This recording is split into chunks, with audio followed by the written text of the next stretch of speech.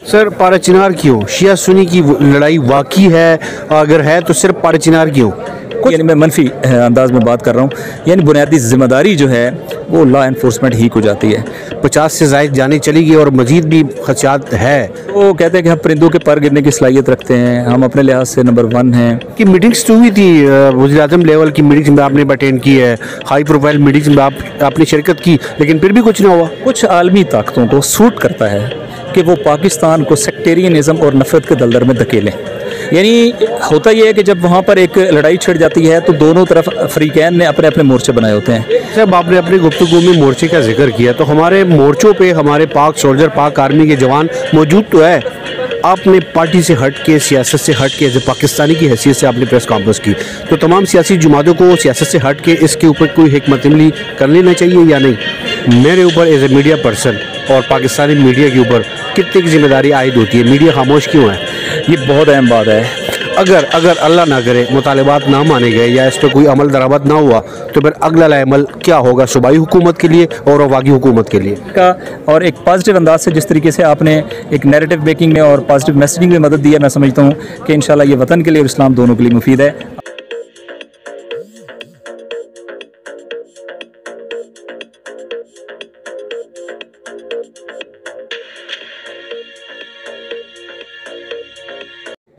बिस्मिल्लाहिर्रहमानिर्रहीम। अस्सलाम वालेकुम नाज़रीन, मैं हूं इब्राहिम और आप देख रहे हैं लबे आज़ाद टीवी। अपने प्रोग्राम का आगाज़ इस शेर से करूँगा। पुश्तो का एक शेर है, अमन बराशी द पुख्तुन वतन बख्ते आबाद कड़ी निका में प्लार था प्लार माता और माखलो बचो तो वैल। सईद नासर अब्बास शिराजी साहब हमारे साथ मौजूद है। पारा चिनार में जो कुछ हो रहा है हम गुफ्तगू करेंगे। सर सबसे पहले आपका बहुत बहुत शुक्रिया, आपने कीमती वक्त से वक्त दिया। आपका और आपके टीवी चैनल का बहुत शुक्रिया कि आपने इस अहम मौजू के ऊपर हमें ऑन बोर्ड लिया।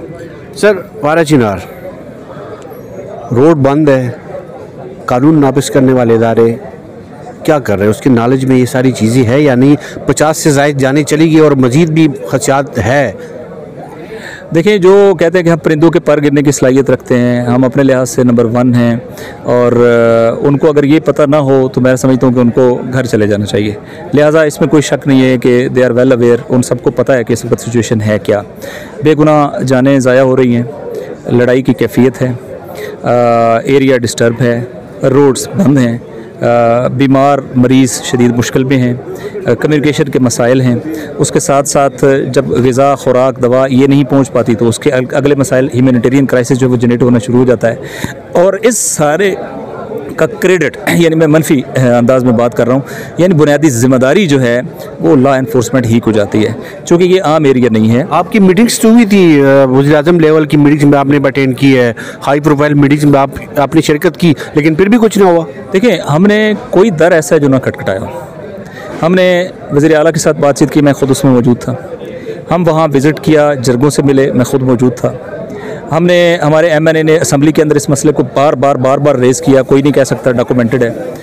हमने उसके बाद आप देखें कि फेडरल गवर्नमेंट और इंटीरियर मिनिस्ट्री को बार इन्फॉर्म किया, लेकिन जब आपकी विल ना हो और आपकी प्रायोरिटीज़ कहीं गेम्स बनी हो, कहीं कोई और चीज़ें बनी हो, तो फिर प्रैक्टिकली इस तरह के इशू बंद करते रहते हैं। तो हमारी तरफ से ये कमी नहीं है, हमने इसको डॉक्यूमेंटेड और आज भी जो प्रेस कॉन्फ्रेंस की है वो क्यों की है?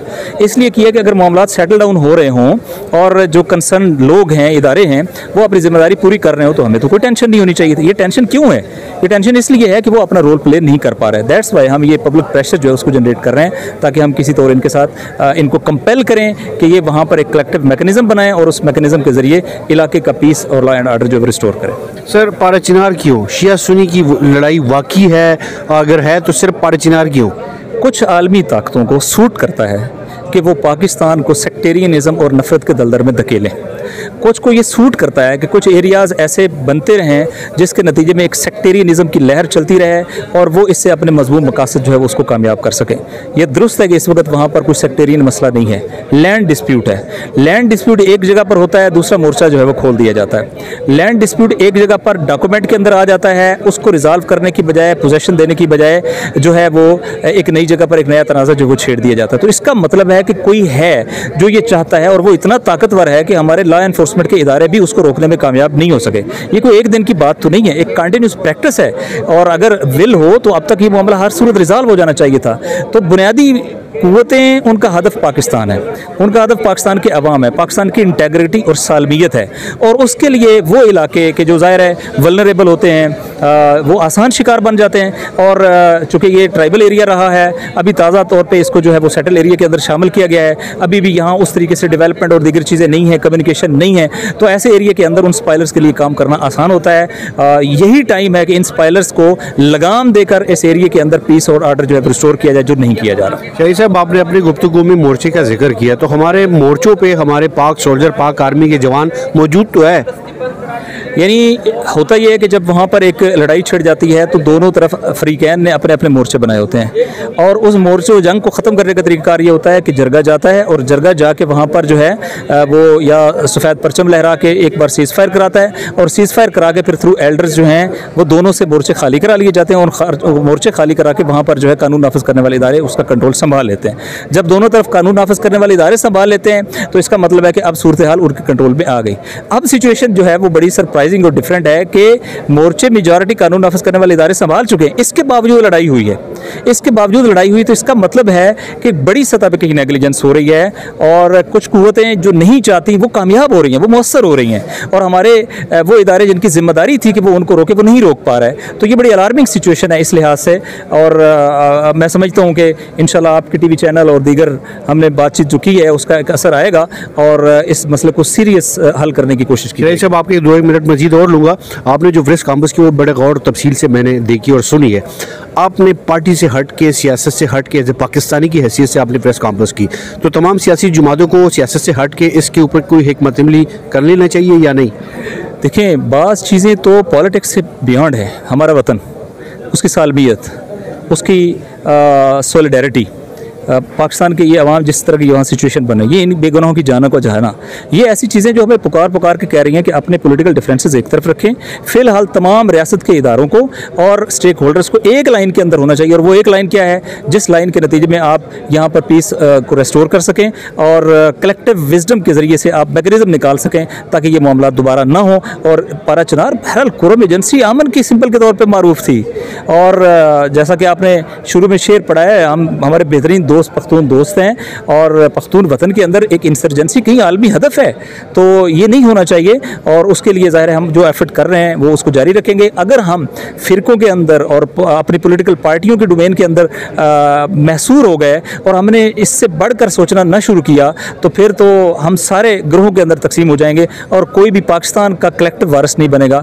लिहाजा हमारी पोजीशन यही है कि हम इस पूरे खित्ते को रिप्रेजेंट करते हैं और हम पार्टियों से और अपने पॉलिटिकल एफिलिएशन से मावरा हो गए इस इलाके के अंदर पीस और लॉ एंड ऑर्डर को रिस्टोर करने के लिए स्टैंड ले रहे हैं। सर, बात अब आती है मीडिया।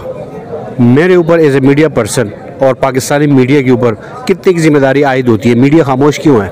ये बहुत अहम बात है।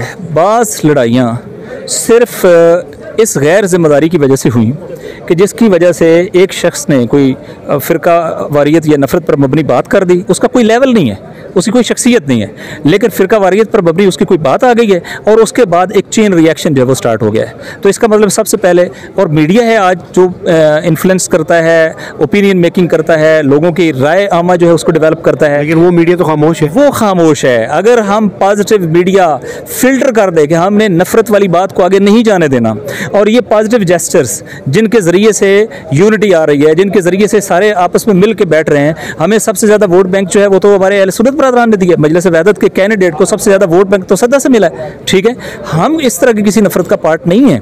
लिहाजा हमारी ये है कि मीडिया जो है वो अगर अपना पॉजिटिव और जेन्युइन रोल प्ले करे लोगों के अंदर यूनिटी फैलाने के लिए, लोगों के अंदर कॉमनैलिटीज़ को आगे बढ़ाने के लिए, लोगों के अंदर जो इंतशारात हैं उनको मिनिमाइज़ करने के लिए, तो यकीनन मीडिया ब्रिज कर सकता है, मीडिया एक पॉजिटिव सेंटिमेंट क्रिएट कर सकता है, मीडिया एक दूसरे के साथ खड़ा कर सकता है। तो यस, नैरेटिव मेकिंग काम है मीडिया का, और नैरेटिव को पॉजिटिव बनाना मीडिया के ज़रिए से ही मुमकिन है। और मीडिया जो है वो ऐसा शहर है कि जो काम कोई नहीं कर सकता। आप बेड के अंदर भी बैठे हैं, रज़ाई के अंदर भी बैठे हैं, तो मीडिया आपको कहीं ना कहीं आपका माइंड मेकिंग कर रहा है। तो ये टाइम है कि मीडिया जो है उसके लिए ये अलार्मिंग सिचुएशन है कि वो अपनी इस कैफियत से निकल के वतन और इलाके और इस्लाम के वसी तर मफाद में सिर्फ पॉजिटिव चीज़ों को आगे बढ़ाए ताकि यूनिटी को इंश्योर किया। आखिरी बार आपकी वक्त बहुत कीमती है। अगर अगर अल्लाह ना करे मुतालबात ना माने गए या इस पर कोई अमल दरामद ना हुआ तो फिर अगला अमल क्या होगा सूबाई हुकूमत के लिए और वफाकी हुकूमत के लिए? देखिए, जो मैं वहाँ सेंस करता हूँ और जो लोगों के साथ उनकी जो पल्स ली है, उससे तो ये अंदाज़ा होता है कि शायद वहाँ फिर अवामी एहतजाज हो जाए। बहरहाल वहाँ एल्डर्स डिसीजन करेंगे, ये मैं नहीं कह सकता हूँ, लेकिन इसका इम्कान है कि फिर वो लोग जो सड़क पे बैठेंगे, ठीक है, जब वो सड़क पे बैठेंगे तो उनका प्रेशर किसके ऊपर आएगा?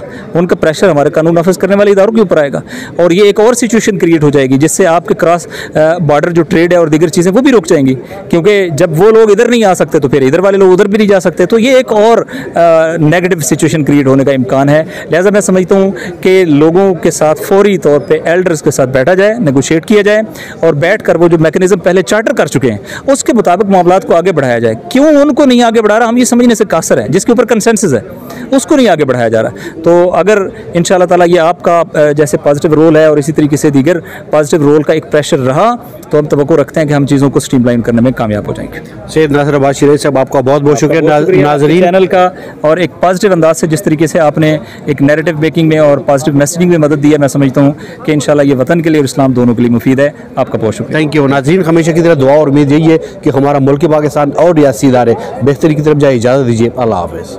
थैंक यू शिरैज़ी साहब, थैंक यू।